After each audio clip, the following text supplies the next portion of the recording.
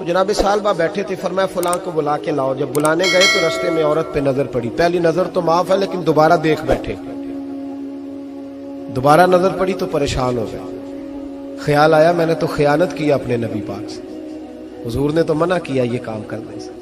اب واپس حضور کے پاس نہیں آئے، جنگل میں چلے گئے۔ ابن قدامہ نے کتاب التوابین میں اس روایت کو لکھا ہے، کہتے 40 دن وہ پہاڑوں میں روتے رہے کہ یا اللہ مجھ سے غلطی ہو گئی۔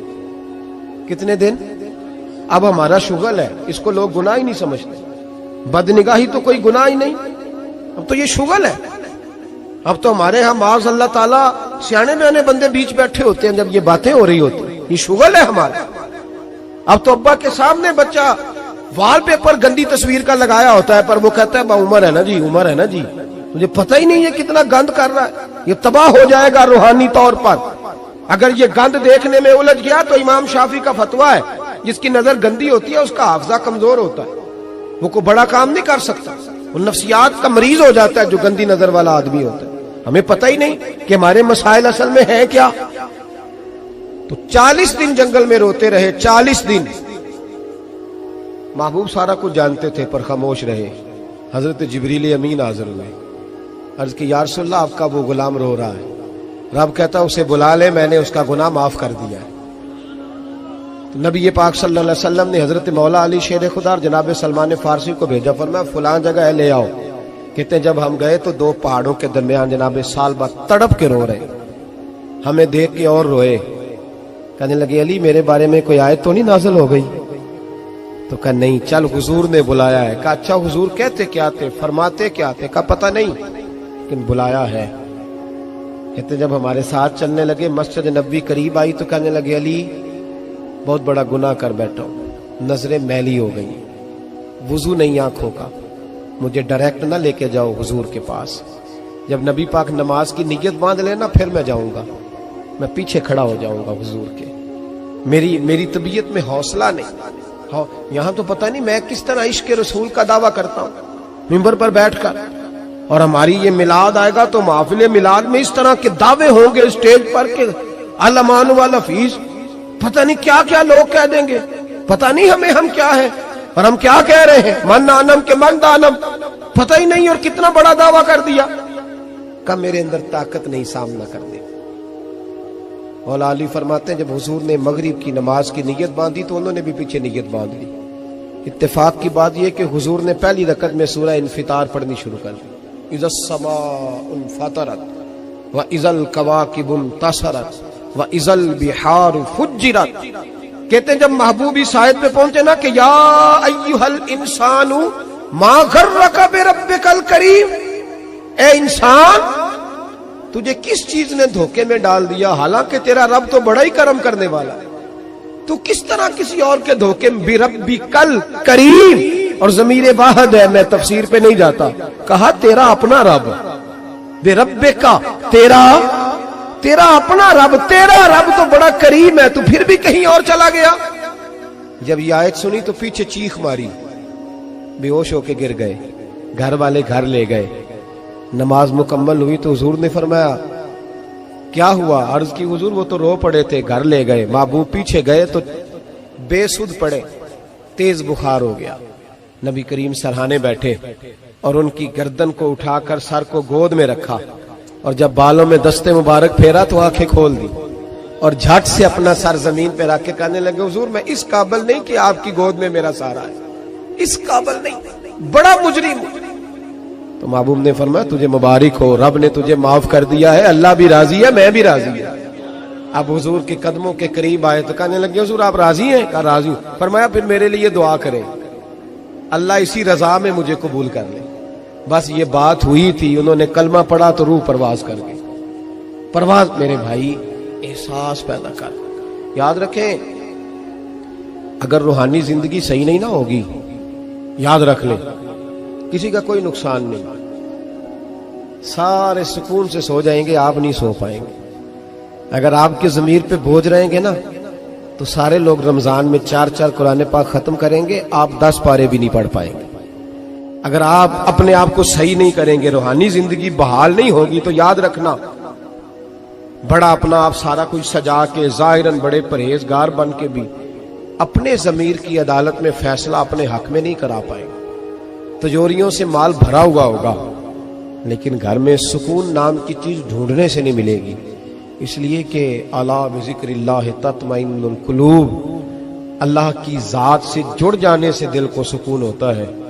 کیا بہت بڑی سزا نہیں مالک کی کہ انسان سارا کچھ کرے، فارغ ٹائم ہو تو وہ ٹی وی دیکھے؟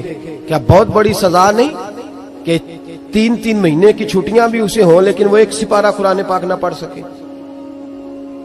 وہ گپے مارنے بیٹھے تو 6 گھنٹے لگا دے اور تسبیح دی جائے تو 10 منٹ میں بس ہو جائے، درود پڑھا ہی نہ جائے. یہ سزا نہیں؟ کیا یہ کم سزا ہے کہ وہ دنیا دراز پہ گھوم آئے لیکن مسجد میں جائے تو اسے کچھ بنے؟ کیا سزا نہیں؟ اللہ سے معافی مانگے، مل کے اس کے حضور استغفار کریں، باطن کی زندگی آباد کرنے کی کوشش کریں. چھوڑ دیں بن کے بیٹھنا، آگے آگے بڑھنا، اپنے آپ کو شمار کرنا. ہم تو میلاد کی جلسوں میں بھی بڑی کرسی تلاش کرتے ہیں، ہم تو دینی محفلوں میں بھی کوشش کرتے ہیں کوئی ہمارا نام لے کے، صحیح نام لے کے پکارے. کوئی، میں میاں چنو میں تھا کل مغرب میں، تو ایک صاحب کہنے لگے ولی کامل. میں نے بعد میں ان سے کہا کہ آپ کو پتہ ہے میں کیا ہوں؟ اتنا بڑا دعویٰ میرے حق میں آئندہ نہ آپ کریں، اور مت سمجھے کہ آپ تھوڑے اچھے برے جملے استعمال کریں گے تو میں خوش ہوں گا. میں جو ہوں نا، میں اس کے اندر بڑا مطمئن ہوں، میں اسے آگے نہیں بڑھنا چاہتا. پتہ سارا ہے سردار نو کیتیاں دا، پتہ سارا ہے سردار نو کیتیاں دا، ایدہ پردہ چپایا ہی تیرا پلا ہو سی. وہ بو علی سینہ سے، سنے جی سنے، بو علی سینہ سے کسی نے کہا تھا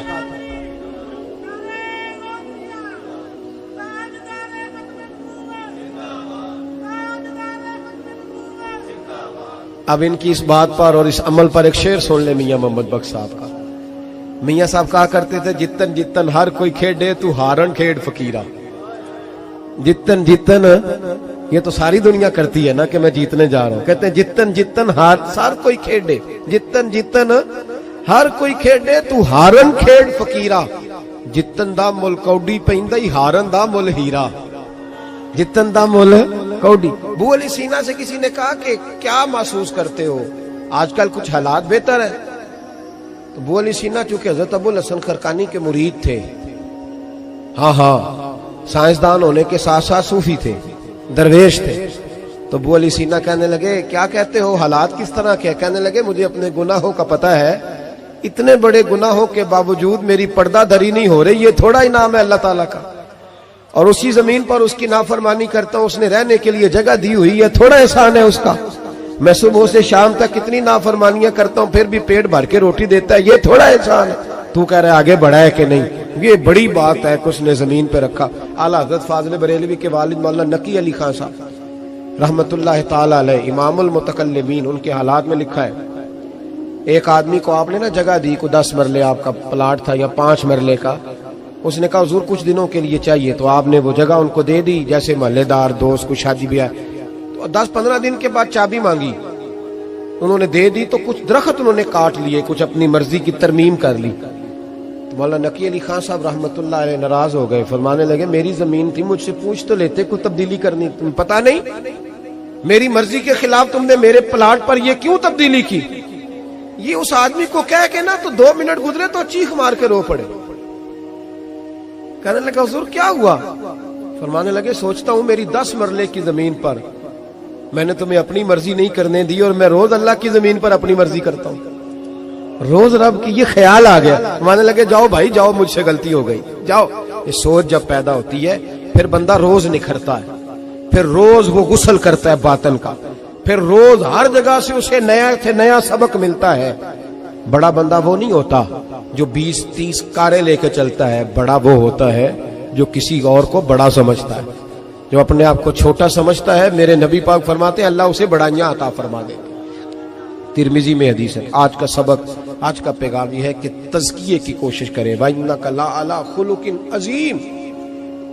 خلق عظیم جو اللہ نے ہمارے نبی کو دیے اور حضور نے ہمیں عطا فرمائے، محبوب کے صدقے اس طرف جائیں. کردار میں اعلیٰ پن پیدا کر. الذی خلق الموت والحیات لیبلوکم ایکم احسن عملا. اللہ فرماتے ہیں کہ میں نے موت اور حیات اس لیے پیدا کی ہے کہ تمہارے عمل کی کوالٹی چیک کی جائے.